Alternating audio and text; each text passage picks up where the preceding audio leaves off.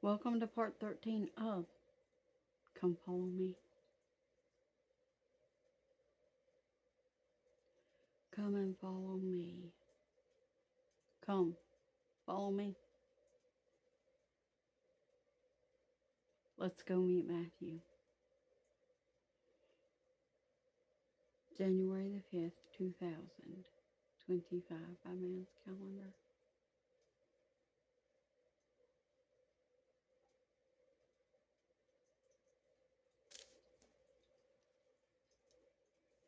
And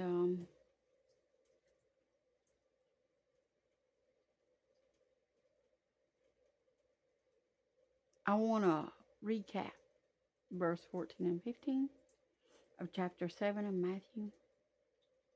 This is Matthew chapter 7, verse 14.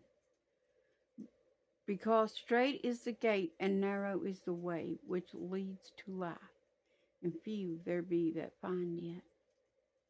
Beware of false prophets, which come in sheep's clothing, but inwardly they are raving wolves. That means greedily hungry. Can you see that? Let me see if I can zoom in here and get that for you. Greedily hungry. Now, that's not what I'm doing. Just stating for the record. Because I'm not asking anything from you. I'm not trying to build a name for myself. I'm not asking anything of you. You can give me nothing for my kingdom. I fear the Lord. I know that if I lie to you, I'm going to hell. I know the score. I ain't going there because I can't get along with Lucius, a.k.a. Lucifer. I'd be throat punching him every day. Me and him are not buddies. We are not friends. We are not compadres. We do not get along. He has tried to kill me my entire life, and there is no love between us. I don't love the devil and his ways. And he know it. We are enemies, one to another, me and him, and we just don't get along. Now,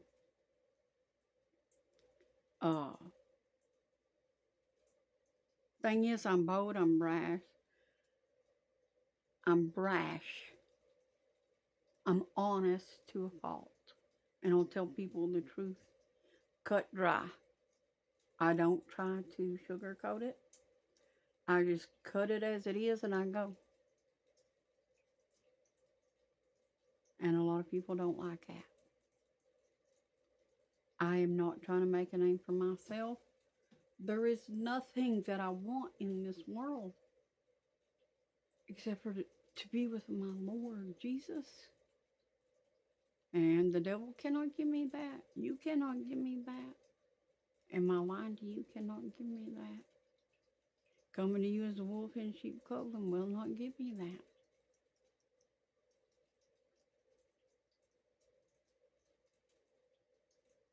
Now let's go right on, because apparently this is good because it's highlighted. No, I don't remember every word of this book, unless the Lord tells me. He brings it back to my remembrance when I have need of it. But, But anyways, when you're studying other places. But let's get on into it. This is Matthew 7:16. You shall know them by their fruits. Exactly. That means their actions. What have I done to you that has give you cause to think that I'm evil? What have I done? What harm have I done to you? I have told you the truth,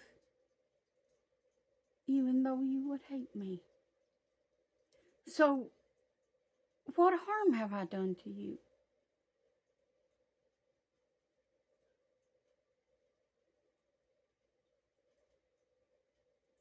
Explain that to me.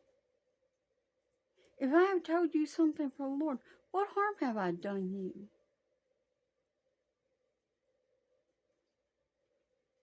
Do men gather grapes of thorns or figs of thistles? Even so, every good tree brings forth good fruit, but a corrupt tree brings forth evil fruit. How is it evil to tell someone the truth? How is it evil to tell someone to give Jesus all the glory for doing for something that was done? How is that evil? Trying to do exactly as God told me and tell someone to see that God receives the glory and not to steal God's glory. How is that evil? What is evil about that? See, because the devil wouldn't mind a wolf in sheep clothing, a raving wolf in sheep clothing wouldn't mind that you're stealing God's glory because that's what they're doing too. So they're going to help you out. I don't want no glory. I just want to sit at the feet of Jesus for all my days. Let him take care of everything. That's all I want. I just want to be right there where I can finally be really carefree for the first time in my life. Where I don't got to worry about nothing. And where I don't got to worry about people attacking me for no cause, for no reason. Because I've had to worry about that my entire life. The day will come when I will never have to worry about that again.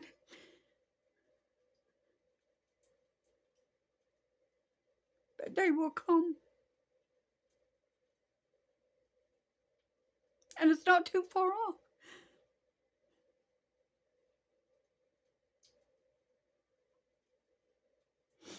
Even so, every good tree brings forth good fruit.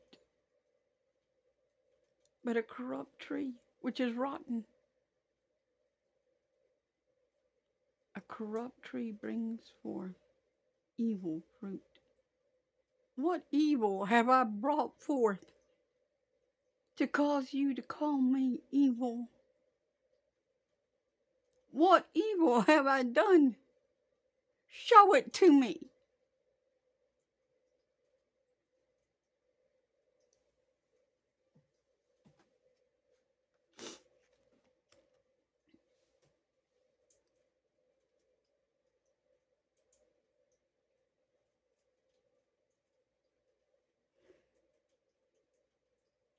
Every tree that brings not forth good fruit is hewed down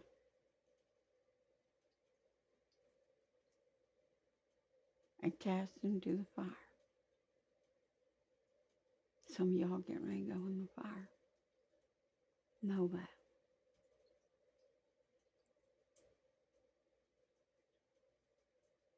Wherefore by their fruits you shall know them. Not everyone that says to me, Lord, Lord, shall enter into the kingdom of heaven, but he that does the will of my Father, which is in heaven.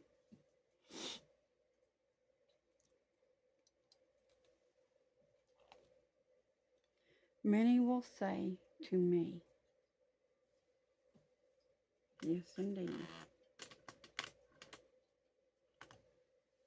Many will say to me in that day, Lord, Lord, have we not prophesied, which means spoken, in your name?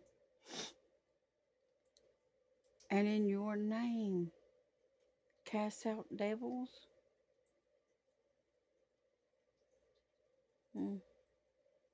And in your name done many wonderful works? Where are these wonderful works that you're going to be professing that you've done? I don't see them. And when did you all cast out devils? I haven't seen that one yet either. I'd like to see that. When did that happen?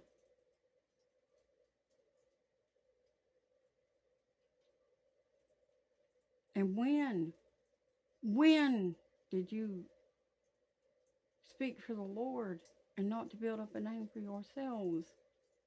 When did you do these things? When did you do these things because you love Jesus and wasn't just trying to put your name forth? When did you do these things? Don't come to him professing this. It's not a good idea.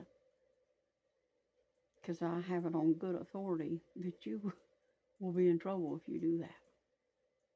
Goats go on the left. That's all I'm going to say on that one. And then will I profess to them, I never knew you. Depart from me, you worker of iniquity. That's lawlessness. Therefore, whosoever hears these sayings of mine and does them, I will liken him to a wise man, which built his house upon a rock. And the rain descended, and the floods came, and the winds blew, and beat upon that house, and it fell not. For it was founded on a rock. And everyone that hears these sayings of mine and does them not shall be likened to a foolish man which built his house upon the sand.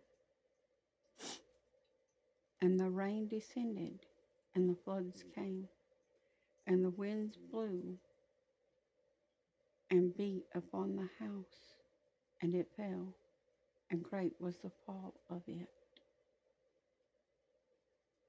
And it came to pass, when Jesus had ended these sayings, the people were astonished at his doctrine, for he taught them as one having authority, and not as the scribes. That's because he's got authority. He's got all authority.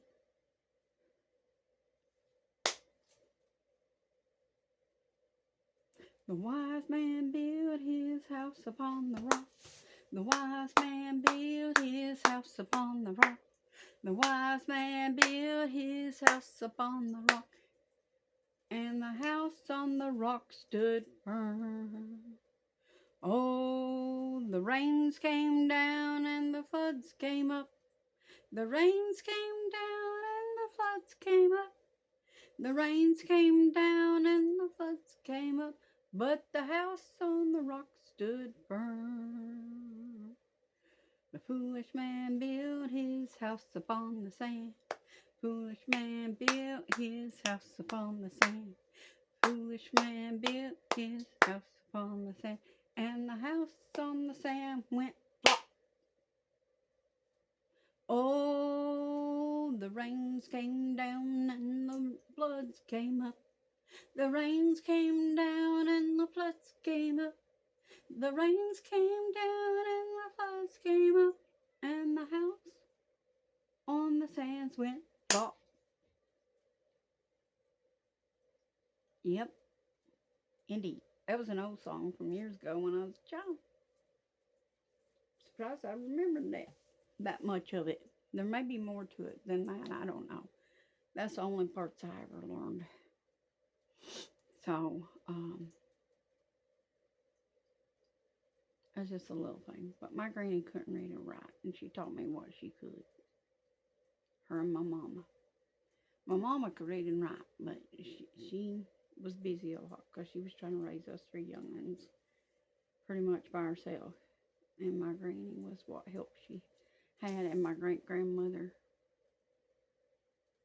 and my great uncles and aunts, and my aunts on my mama's side.